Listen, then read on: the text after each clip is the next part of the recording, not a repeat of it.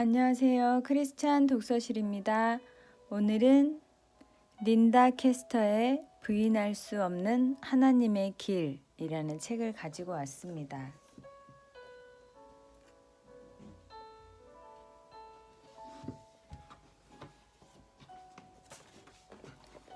1. 여행이 시작되다. 1987년에 나는 크리스찬이 되었다. 남편인 샘과 나는 14년 동안의 결혼 생활을 하였고 우리의 결혼 생활은 순조로웠다. 샘은 우리가 결혼한 1973년부터 그가 하는 모든 사업에 성공하였다. 그는 음악가일 뿐만 아니라 큰 식당도 자체 운영하였고 미국에서 가장 큰 태양 에너지 회사 가운데 한 회사를 창업하고 건설하였다. 이것은 그로 하여금 그 다음에 있을 수백만 달러의 모험적 기업을 일구어 독수리 방패라는 그의 첫 마케팅 회사가 되게 하였다. 그의 모든 사업들 가운데서도 가장 빠른 고도의 성장과 많은 이익을 달성한 사업은 독수리 방패였다. 1986년에 창업해서 사업이 피크에 오른 1988년 사이에 그 회사는 매월 1천만 불의 판매고를 올리는 기업으로 성장했다. 세상의 눈으로 보면 샘은 정말로 자수성가한 사람의 대표적인 주인공이었다. 그는 사업계에서 너무나 많은 성공을 해서 사람들은 종종 그가 무엇이나 돈으로 만드는 능력을 가졌다고 말하였다. 나는 그 당시에 큰 여객기 회사에서 항공기 안내원으로 일하고 있었다. 그래서 우리는 여객기 회사의 직원이 되면서부터 누릴 수 있는 혜택을 충분히 누렸다. 우리는 새로 얻은 재물을 가지고 세계를 마음껏 여행하며 제트족으로 겉으로 보기에는 완전한 삶을 살았다. 그러나 겉으로 볼 수 없는 닫힌 문 뒤로는 전혀 다른 이야기가 있었다. 샘과 나는 서로 다른 방향으로 가고 있었기 때문이다. 브루크가 도착하다. 나의 남동생 빌리는 아주 여러 해 동안 심각한 마약 문제를 갖고 있었다. 그는 마약을 상습적으로 복용하였을 뿐만 아니라 판매도 하였다. 빌리는 그의 딸 브루크를 돌보았다. 브루크가 태어날 때부터 나는 그 애를 몹시 좋아했다. 그러나 마약에 중독된 삶의 스타일 때문에 빌리는 브루크를 돌볼 수 없었다. 그래서 샘과 내가 그 와중에 끼어들어 브루크를 돌보게 되었다. 우리 부부는 브루크가 우리와 함께 사는 것이 그 애에게는 참 좋을 것이라고 생각하였다. 마침내 1987년에 우리는 브루크를 우리의 양녀로 입양시켰다. 브루크가 온 후로 우리들의 삶은 급격하게 변하였다. 우리는 해가 지날수록 우리가 기뻐하는 대로 살았지만 이제는 우리가 우리 자신의 삶만을 생각할 뿐만 아니라 8살 된 딸의 삶도 생각해야만 했다. 갑자기 우리는 부모가 되어서 브루크의 학교와 과외 활동과 여러 스케줄 등의 일들이 우리의 삶의 우선순위가 되도록 모든 일을 조정했다. 스케줄대로 움직이는 일이 브루크에게도 역시 생소한 일이었으나 우리 모두 스케줄을 따라 생활해야 했고 바쁜 일정을 스케줄을 따라 최선을 다하며 소화해 나갔다. 실제로 나는 어떻게 우리가 이렇게 새로운 일상생활에 바쁘게 움직이게 되었나 하고 생각하며 놀라기도 하였다. 우리 가정에 어린아이를 갖게 됐다는 사실은 큰 축복이었다. 브루크를 통하여 하나님께서는 나에게 인내와 이타심을 천천히 가르치기 시작하였다. 나는 브루크에게 필요한 것과 그 애가 바라는 것이 무엇인가에 초점을 맞추어 돌보았다. 그럴수록 내 자신에게는 관심을 갖지 못하게 되었다. 하나님께서는 브루크를 쓰셔서 우리의 삶에서 진실로 중요한 것이 무엇이며 다른 사람에게 나의 사랑을 쏟는 일이 얼마나 중요하다는 것을 나에게 나타내 보이셨다. 또한 브루크는 우리 가정에 많은 기쁨을 갖다 주었다. 우리의 결혼 생활에서 샘과 나 사이에 있었던 문제들은 브루크가 우리와 함께 살게 된 것하고는 전혀 관계가 없는 일이었다. 돌이켜보면 실제로 주님께서 우리의 결혼 생활을 구제하여 도와주시려고 브루크를 사용하신 것이다. 우리 두 사람을 위하여 브루크를 포기하고 싶을 때가 많았다. 그러면서도 우리는 어떻게 해서든지 브루크가 상처를 받지 않도록 잘 보호하기를 원하였다. 그래서 우리는 우리의 문제가 그 애에게 절대로 영향을 미치지 않도록 하자고 결심하였다. 나는 가능한 대로 나의 생활을 정상적으로 영위하려고 노력하였으나 그것은 무척 힘든 일이었다.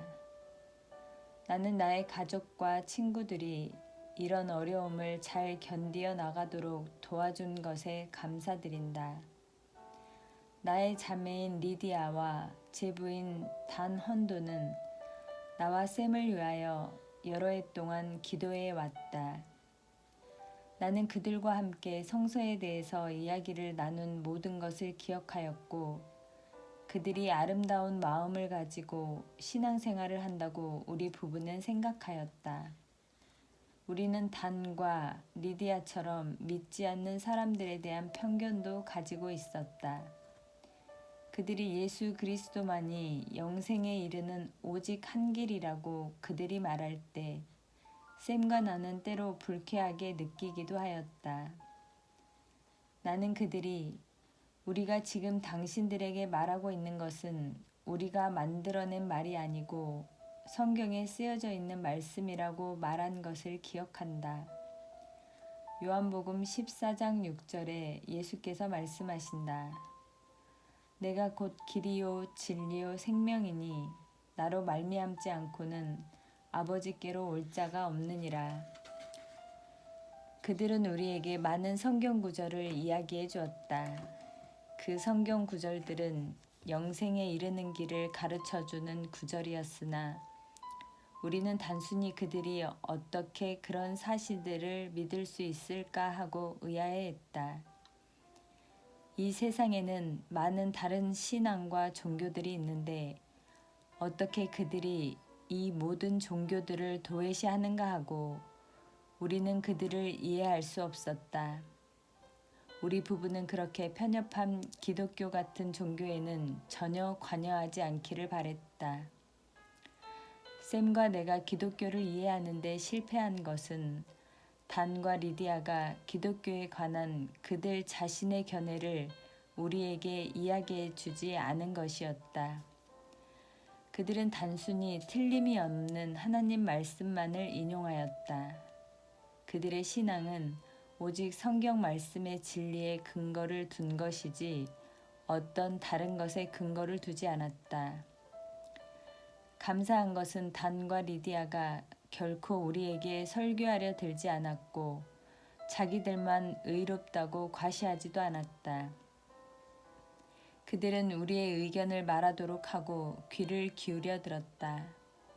그들은 또한 우리 신앙에 도전을 주었고 우리의 신앙이 없는 것에 자극을 주었다. 그들은 샘과 내가 우리 자신을 위해서 그리스도가 누구인지 그 진리를 발견하려는 마음을 알게 되었다. 우리가 그들로부터 발견한 것은 그들이 가진 신앙에 끝까지 충실한 태도였다. 우리를 대하는 태도는 항상 신사적이었고 조용한 가운데 그리스도를 증거하였다. 단과 리디아는 우리를 위한 기도를 통하여 우리 심령의 기초를 놓았고 씨를 뿌려 우리 자신이 구원을 위해서 무엇인가 하도록 만들었다. 이 씨앗으로 하나님께서 앞으로 전개될 일을 위하여 우리 부부의 마음을 준비시키셨다.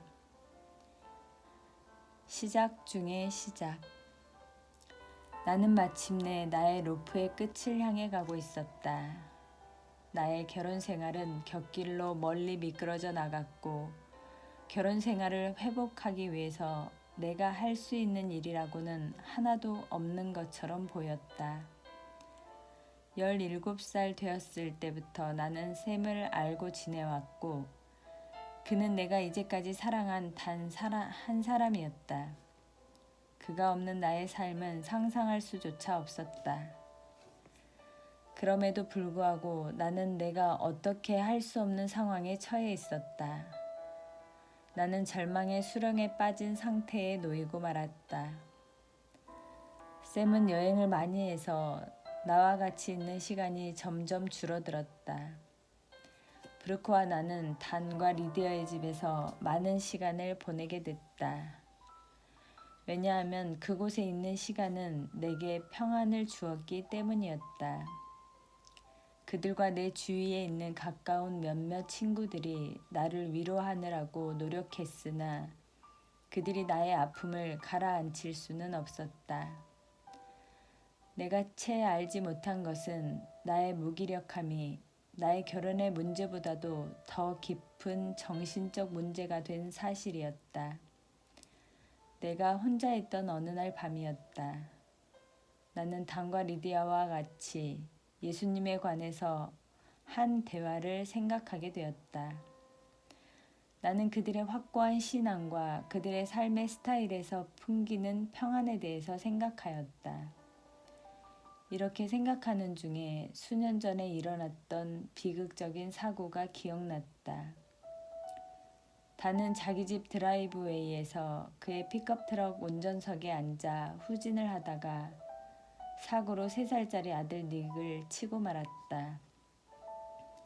내가 병원에 있는 그들을 만나기 위해 달려가고 있을 때 나는 정말 내 정신이 아니었다. 너무 슬펐다. 내가 병원에 도착해서 또 놀란 것은 단과 리디아의 속에 있는 분명한 평안을 보게 된 것이다. 내가 그들을 위로하기보다는 오히려 그들이 나를 위로하고 있었다. 나는 닉이 어떻게 되었느냐고 물었다. 그들은 아직 모른다고 대답했다. 왜냐하면 그들이 병원 응급실에 도착하자마자 의사들이 재빨리 닉을 빼앗아 안고 치료실 안으로 들어갔기 때문이었다. 나는 그들의 태연한 태도에 어안이 벙벙하였다. 나는 그들에게 어떻게 마음이 그렇게 평안할 수 있느냐고 물었다. 단은 그가 병원으로 오는 길에 주님께서 자기에게 말씀해 주신 것을 나에게 말해줬다. 단, 무슨 일이 있어도 너는 나를 신뢰하느냐? 결과가 어떻게 되든 너는 진실로 나를 신뢰하느냐? 단은 그가 전에 결코 느껴보지 못한 평안을 느낀다고도 말했다. 그는 하나님께 말했단다. 예, 주님, 무슨 일이 있어도 제가 주님을 신뢰합니다. 라고. 의사들로부터의 예측은 절망적인 것이었다. 그들은 어린 닉은 작고 트럭은 너무 무거워서 아마도 닉의 모든 내부에 여러 가지 심각한 문제들이 있을 것이라고 말하였다. 단과 리디아는 기도드렸고 소망을 가지고 병원에 남아 있었다. 그런데 참으로 놀랍게도 단 3일이 지나서 닉은 큰 상처 없이 병원에서 퇴원을 하게 되었다. 의사와 간호사들은 닉이 이렇게 완쾌된 것에 오히려 당황하는 눈치였다. 이런 기적은 처음으로 결코 일어난 적이 없었다고 말하였다. 그 사고 자체만을 기억하는 것도 내게는 큰 충격이 되어 아마도 그들이 말하는 신앙에 뭔가 놀라운 것이 있는가 보다라고 생각하게 되었다. 그래서 나는 눈물을 흘리며 하나님께 어린애같이 물었다. 정말로 하나님 계십니까? 진실로 하나님, 당신은 그들이 말하는 하나님이십니까? 만일 그러시다면 나는 지금 당신이 필요합니다. 나는 땅덩어리가 쪼개지는 것 같은 그런 일이 일어났다고는 말할 수 없으나 실제로 나는 깊은 평안을 풍성히 느꼈고 얼마 동안 잠을 잘 자지 못하였으나 그 밤에는 평안히 잠을 깊이 잘 수 있었다. 샘은 다른 도시로 여행 중이었다. 그가 집에 돌아왔을 때 나는 내가 경험한 이야기를 들려주었다. 내가 기도를 드린 그 시간 이후로 아주 평안함을 느낀다고 그에게 말했다. 그는 나의 이야기에 그러냐고 시큰둥한 반응을 보였을 뿐이었다. 그는 내가 정신이 조금 나갔다고 생각하였고 이런 종류의 크리스천의 이야기는 더 이상 듣고 싶어 하지 않았다. 그러나 나는 그런 그를 원망하지 않았다. 나는 내 안에서 일어난 변화를 구체적으로 그와 나눌 수 있는 것이 없었다. 왜냐하면 이런 변화에 대해서 논리적으로 설명할 수 없기 때문이었다. 나는 단순히 아무 의심도 없이 내 안에서 어떤 변화가 일어났다는 것만 깨달을 수 있었다. 리디아는 그녀가 참석하는 여성 성경 공부방에 나를 초대하였다. 성경 공부에 참석한 나는 얼마 동안은 겁도 났다. 왜냐하면 내가 성경에 대해서 아는 것이 없었기 때문이었다. 그러나 나는 나의 삶의 환경을 변화시키기 위하여 무엇이든지 기꺼이 하고자 하였다. 나는 돌보는 것을 아주 잘하고 남을 쉽게 판단하지 않는 부인들의 그룹을 만났다. 비록 그 그룹 안에서 나는 갓 태어난 새 그리스도인이었으나 그들이 나를 기꺼이 사랑으로 영접하는 것을 느꼈다. 나는 내가 과거에 그렇게 무지하게 따지고 대들던 성경 이야기의 진리를 깨닫고는 나 자신이 놀랬다. 나는 처음부터 끝까지 어떻게 성경이 그렇게도 완전하게 마치 퍼즐처럼 조화되어 이치가 딱 들어맞는지 그것을 발견하고는 놀라서 꼼짝할 수가 없었다. 나는 하나님께서 나를 사랑하셨고 내 모습 그대로 나를 받아들이신 것을 이해하게 되었다. 그분은 내 자신에 대하여 어떤 것도 변화시키라고 요구하지 않으셨다. 그러나 내가 성경 말씀을 읽으면 읽을수록 나의 믿음은 더욱 자라게 되었고 더 많은 변화를 내가 원하였다. 크게 역사하는 기도. 나는 기도를 많이 드리기 시작하였다. 그리고 내가 성경을 펼쳐 읽을 때마다 나는 내가 원했던 응답이나 격려로 정확히 인도되는 것처럼 보였다. 나는 그리스도인의 삶이 이렇게 쉬운 것이라고는 믿어지지 않았다. 나는 단순히 하나님께 응답을 구하는 기도를 했고 그러면 응답이 곧 되곤 하였다. 나의 신앙은 불길같이 치솟아 올라갔고 나는 어떤 순간에서도 하나님께서 무엇이든지 하실 수 있다는 그분의 능력을 의심하지 않았다. 우리의 결혼 생활은 여전히 힘들어서 나는 샘에게 크리스천 상담가를 찾아가자고 권하였다. 샘은 마지못해 나를 따라왔다. 그러나 상담은 오래 지속되지 못하였다. 왜냐하면 상담가가 자주 성경 구절을 많이 언급하는데 샘의 기분이 상했기 때문이었다. 그는 상담가가 너무 자기를 정죄하고 있다고 생각했다. 나는 샘이 마음의 문을 열고 나의 신앙에 대해서 듣도록 노력하였다. 그러나 그는 아직 진리를 향해서 마음의 문을 열 준비가 되어 있지 않았다.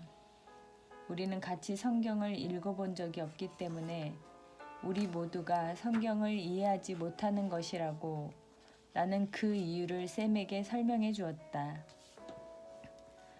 나는 둘이서 함께 성경을 읽자고 권면하였으나 샘은 아무 반응도 하지 않았다.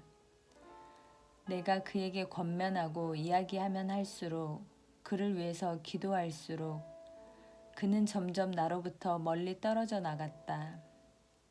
그러나 그가 나로부터 점점 멀리 떨어져 나갈수록 나는 주님께 점점 더 가까이 갔다. 어쨌든 나는 기도에는 능력이 있다는 것을 알게 되었다. 그래서 나는 여성 성경 공부반에 있는 사람들에게 샘을 위하여 기도해 줄 것을 부탁했다. 그리고 나의 친구들과 그 가족들에게 샘을 위하여 기도해 줄 것을 요청했다. 나는 기독교 텔레비전을 시청했고 방송국의 기도 상담자들로 하여금 샘을 위하여 기도해 달라고 전화했다. 얼마 되지 않아 내가 아는 모든 기도 그룹의 기도 제목 명단에 샘을 올려놓게 되었다. 비록 우리들은 텍사스주 달라스에 살고 있었지만 우리는 캘리포니아주에 아파트 한 채를 갖고 있었다. 샘이 그곳에 폐열 발전 회사를 시작하고 있었기 때문이었다. 샘은 회사 일을 핑계로 가능하면 집을 멀리 떠나 많은 시간을 그곳에서 보내려고 하였다. 그래서 우리는 법률적으로 별거 생활에 들어가지는 않았으나 우리가 함께하는 시간보다 서로가 떨어져서 더 많은 시간을 보냈다. 샘은 자기가 나를 떠나 다른 사람과 다시 결혼하기를 원하는 것은 아닌가 할 정도였다.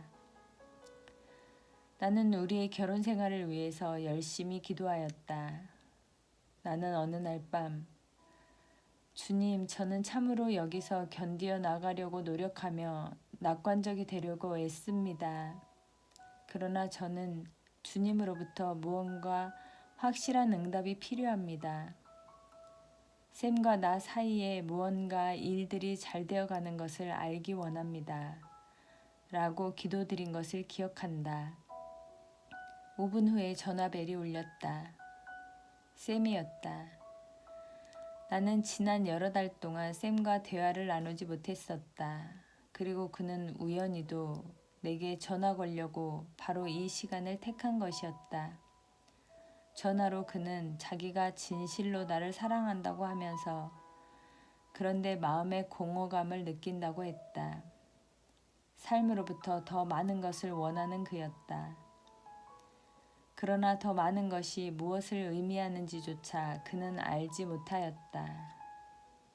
그는 항상 혼자 떨어져 있어서 무언가 생각할 시간이 필요했다. 나는 내가 그를 위해서 기도하겠다고 말했다.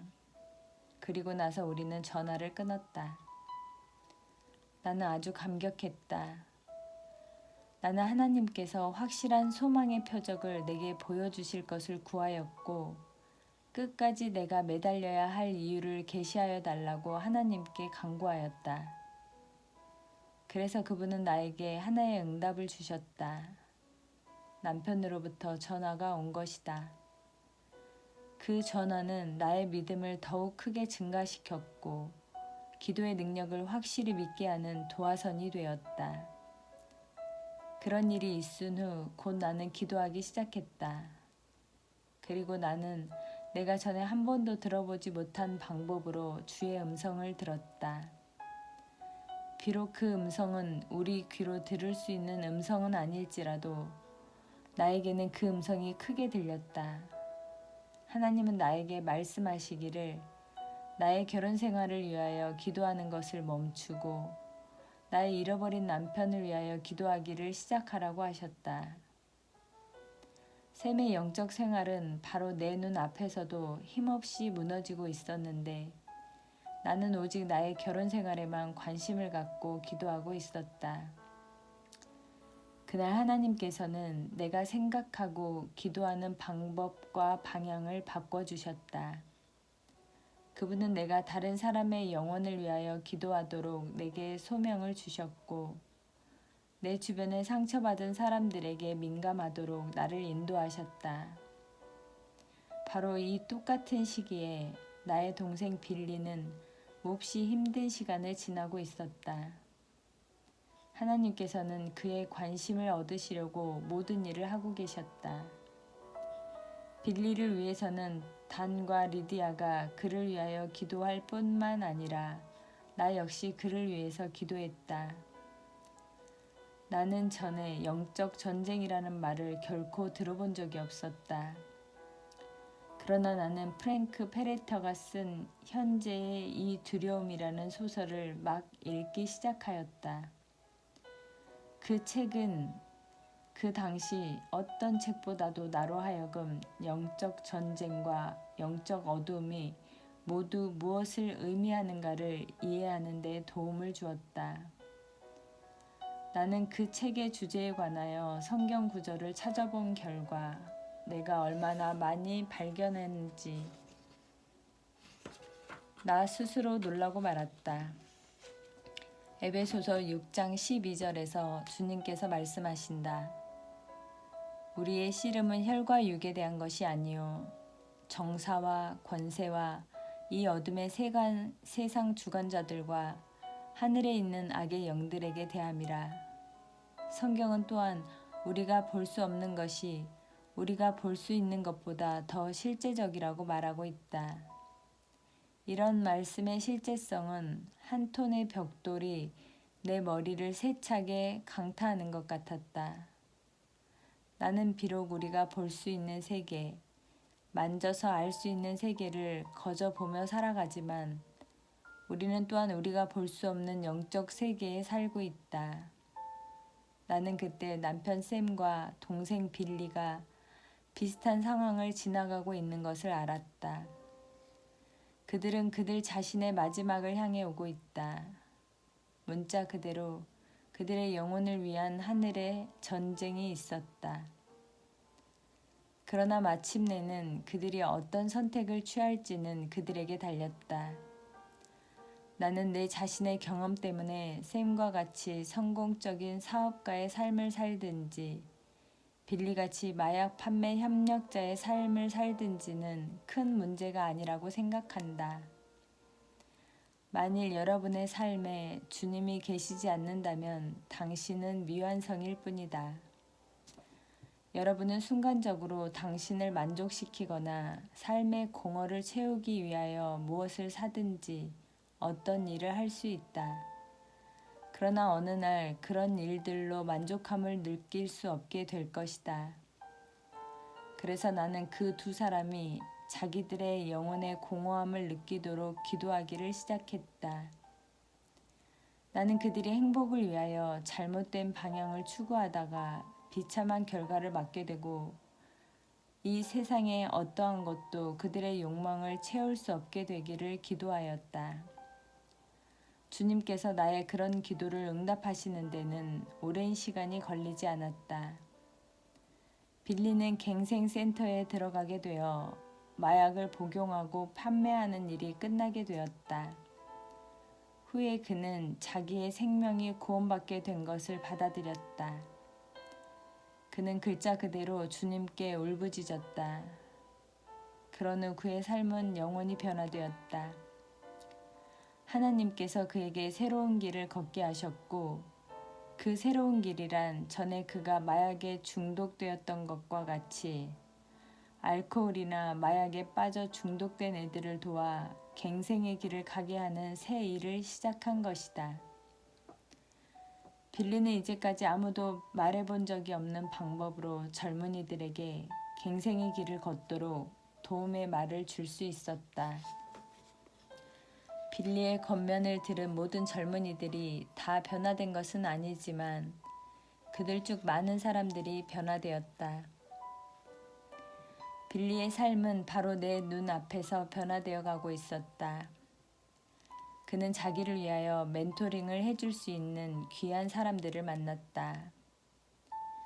그의 삶이 쉬운 것만은 아니었다. 아직까지도 그는 가끔 그의 과거와 씨름할 때도 있으나 그는 분명히 변화된 사람이 되었다. 그는 마침내 플로리다주에 있는 한 성서대학에 들어갔고 나중에는 버지니아 린치버그에 있는 린치버그 대학에 들어갔다.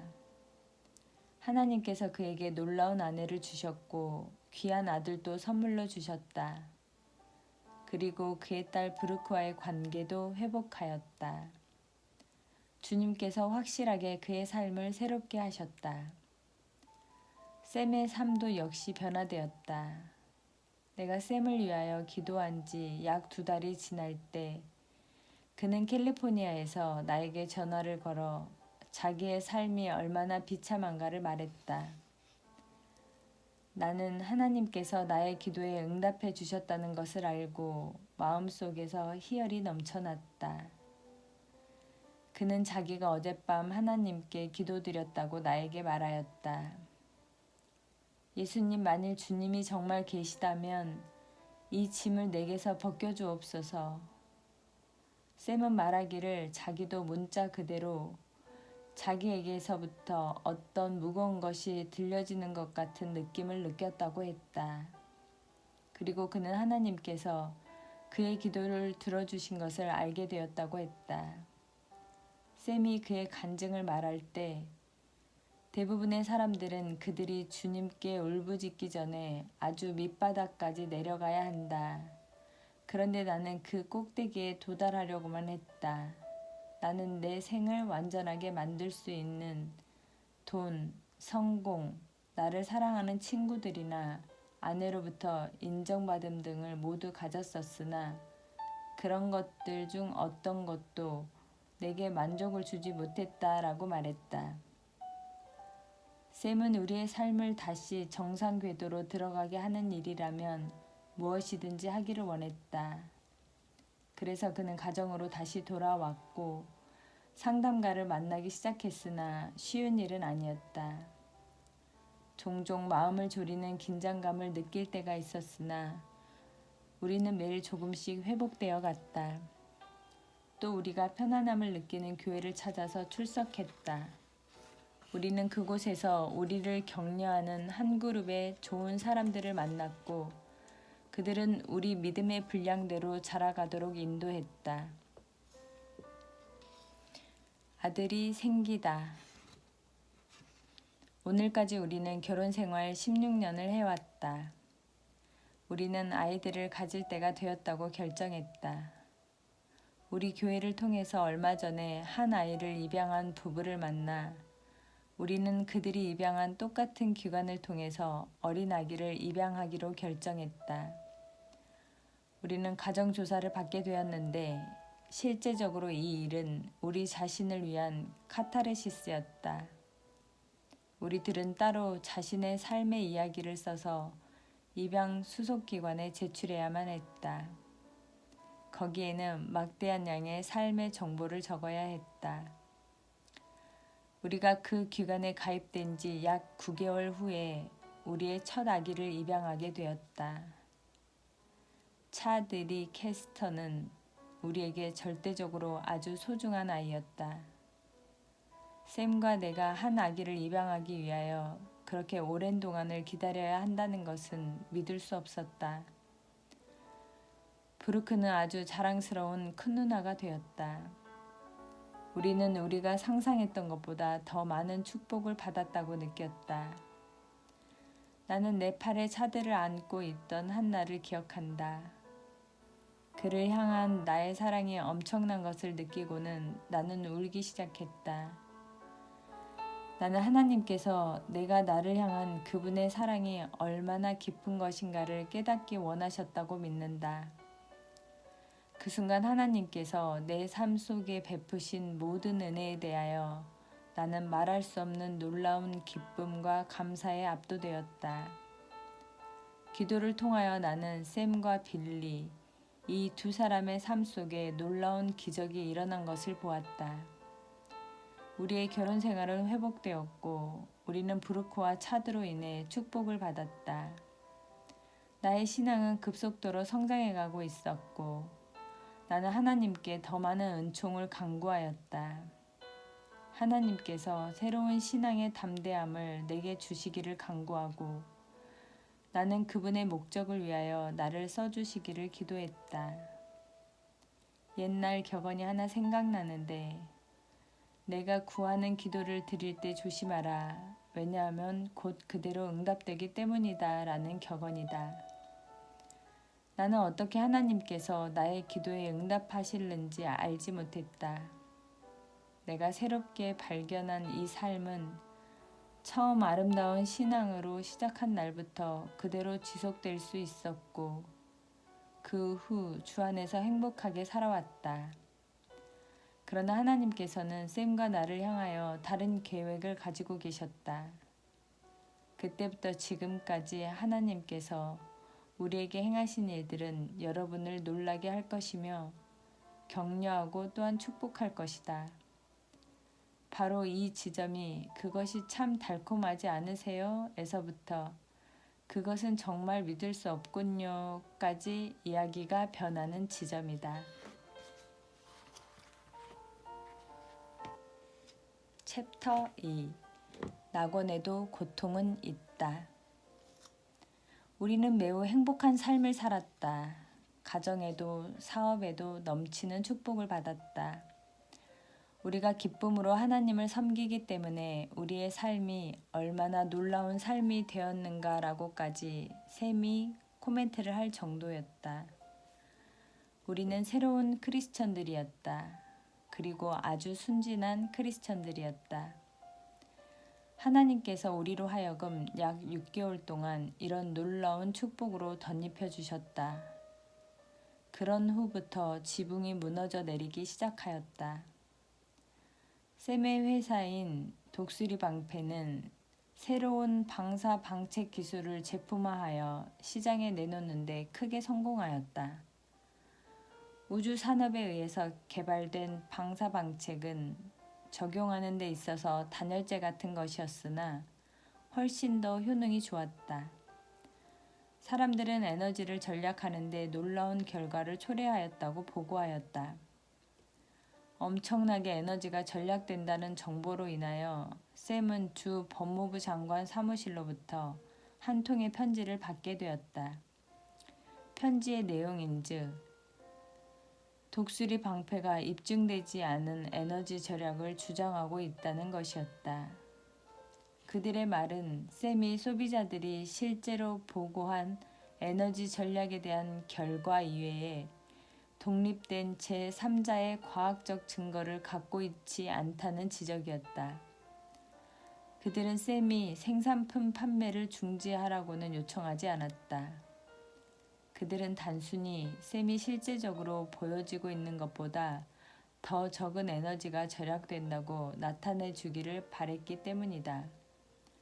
샘의 즉각적인 반응은 우리는 그들이 원하는 대로 양보해야 합니다. 여러분들은 정부와 싸울 수 없습니다 하는 것이었다. 내가 담대함을 위해서 기도하였던 것이 실제로 나타나기 시작하였다. 나는 하나님의 아주 깊은 평안과 확신의 손길이 우리 위에 머물러 계신 것을 느꼈다. 나는 이사야서 54장 17절을 찾아 읽었다. 이 구절은 그날 이후로 내가 의지하며 살아오는 말씀이 되었다. 무릇 너를 치려고 제조된 기계가 날카롭지 못할 것이라. 무릇 일어나 너를 대적하여 송사하는 혀는 네게 정죄를 당하리라.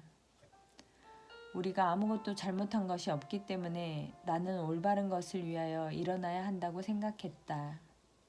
지금까지 나의 신앙은 아주 강해서 우리가 기도한 모든 것은 그대로 응답된다고 믿었다. 또한 하나님께서 우리를 인도하실 것이라고 굳게 믿었다. 샘은 기도나 다른 그 밖에 어떠한 것도 이 상황을 변화시킬 수 있다는 믿음이 아주 없었다. 나는 하나님께서 행하신 성경에 나오는 모든 기적적인 사건들을 하나하나 그에게 이야기해 줌으로써 그의 불신앙에 도전하였으나 샘은 더 이상 듣기를 원하지 않았다. 나에게는 신앙이 너무 단순한데 샘은 그렇지 않아서 나는 그에게서 큰 좌절감을 느꼈다. 그 후 여러 해 동안 이런 일들이 반복되는 시나리오가 되었다. 내가 크게 실망한 것은 샘이 제3자의 과학적 증거가 나올 때까지 에너지 전략 수치를 낮게 책정하자는 의견에 동의하는 법원의 합의서에 사인을 함으로 이 논쟁을 해결한 것이다. 11년 후에 그는 텍사스주에서 가장 큰 기술회사 중 한 회사로부터 과학적 증거를 얻게 되었다. 이 증거는 회사로 하여금 처음부터 주장하던 에너지 전략 수치로 돌아가도록 법률적으로 허락하는 조치였다. 그러나 그때는 이미 막대한 손상을 입고 있었다. 법원 판결인 합의서에 동의하는 바람에 회사가 처음부터 잘못된다는 인상을 주고 만 것이다. 이것은 기업에 대한 관고에 재앙이 되어 이것을 회복하는데 여러 해가 걸리고 말았다. 독수리 방패를 구제하려는 시도로 샘은 전자고양이라 부르는 새로운 전자 해충 박멸 장치를 매입했다. 이 장치를 벽에 붙은 전기 소켓에 끼우면 이곳에서 집안에 있는 전선을 통하여 전류를 내보내 해충을 박멸하는 것이었다. 주 법무부 사무실에서 다시 편지가 날아왔다. 그들은 이 새로운 장치가 실제 효능이 있는지 독자적이며 과학적인 증거를 요구하였다. 샘은 당황했다. 이미 이와 유사한 다른 제품들이 시중에 나와 판매되고 있기 때문이었다. 왜 우리만이 그들의 표적이 되고 있는 것일까? 그것에 대항하여 싸울 힘도 없고 자료도 부족한 샘은 자기가 그 사업을 급하게 시작한 것과 같이 서둘러서 해충 박멸 장비 제조 사업을 모두 정리하고 말았다. 비록 모든 것이 쌓이고 쌓여 우리를 대항하며 어렵게 하기 시작한다고 느꼈으나 샘은 이 모든 것을 호전시킬 수 있다고 확신했다. 나는 이 모든 어려운 일들이 자꾸 일어나는 것은 에너지 전략 수치도 해충 박멸 장치도 아닌 샘이 하나님을 어떻게 따르느냐에 관한 문제라고 그에게 말해주었다. 나는 어쩌면 하나님께서 우리의 신앙과 순종을 테스트하려고 이 모든 어려운 환경을 우리에게 허락하셨다고 믿었다. 다시 말하면 나에게는 이 해답이 간단하다. 만일 당신이 회사를 호전시키기 원한다면 먼저 하나님께 돌아가 기도하라. 나는 샘에게 잠언 3장 5절에서 6절의 말씀을 읽어주었다. 너는 마음을 다하여 여호와를 의뢰하고 내 명철을 의지하지 말라. 너는 범사의 그를 인정하라. 그리하면 네 길을 지도하시리라. 나는 만일 우리가 이 말씀을 신뢰한다면 하나님께서는 우리의 할 일을 나타내 보이실 것이라고 확신하였다. 그러나 샘은 그의 명철을 포기할 준비가 아직까지 되어 있지 않았다. 그는 그의 직관이 지난날 성공적으로 역사하였으므로 그는 다시 성공할 것이라고 내게 말하였다. 그는 이제까지 한 번도 사업에 실패한 경험이 없었기 때문에 샘은 이번에도 큰 어려움 없이 회복할 것이라고 확신하였다. 뒤를 돌아보면 비록 하나님께서 샘의 비이기적인 마음을 기뻐하신 것을 나도 알 수 있지만 샘의 교만을 꺾으시려는 하나님의 계획을 가지고 계셨다. 그러나 이것이 우리 부부에게 쉬운 일이 아니었다. 설상가상으로 어려운 일이 생기다. 하나님께서는 샘이 사업을 운영해 나가는 것에 대하여 지금 나에게 통찰력과 분별력을 주시기 시작하셨다. 나는 그것을 어떻게 말로 설명해야 좋을지 모른다. 그러나 내가 알지 못하는 상황에 대하여 하나님께서 주시는 느낌이나 지혜를 종종 받게 되었다. 이 말이 매우 신기하게 들리겠지만 샘과 내가 서로 다른 우리의 영적 은사와 자연적 은사를 협력하여 어떻게 유익하게 사용할 수 있을까 하고 깨닫기까지에는 여러 해가 걸렸다.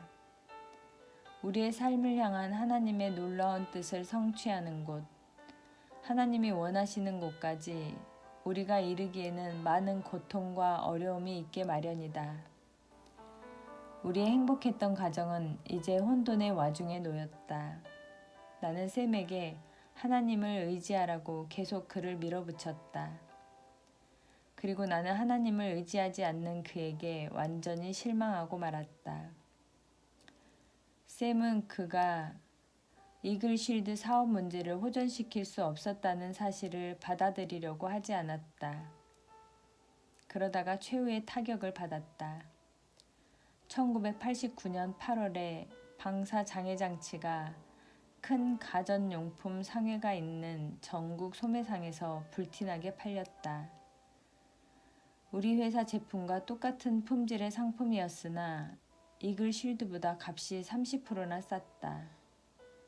샘은 이와 같은 가격 경쟁에서 우리의 제품을 보호하는 데 필요한 상품 특허를 갖고 있지 않았다.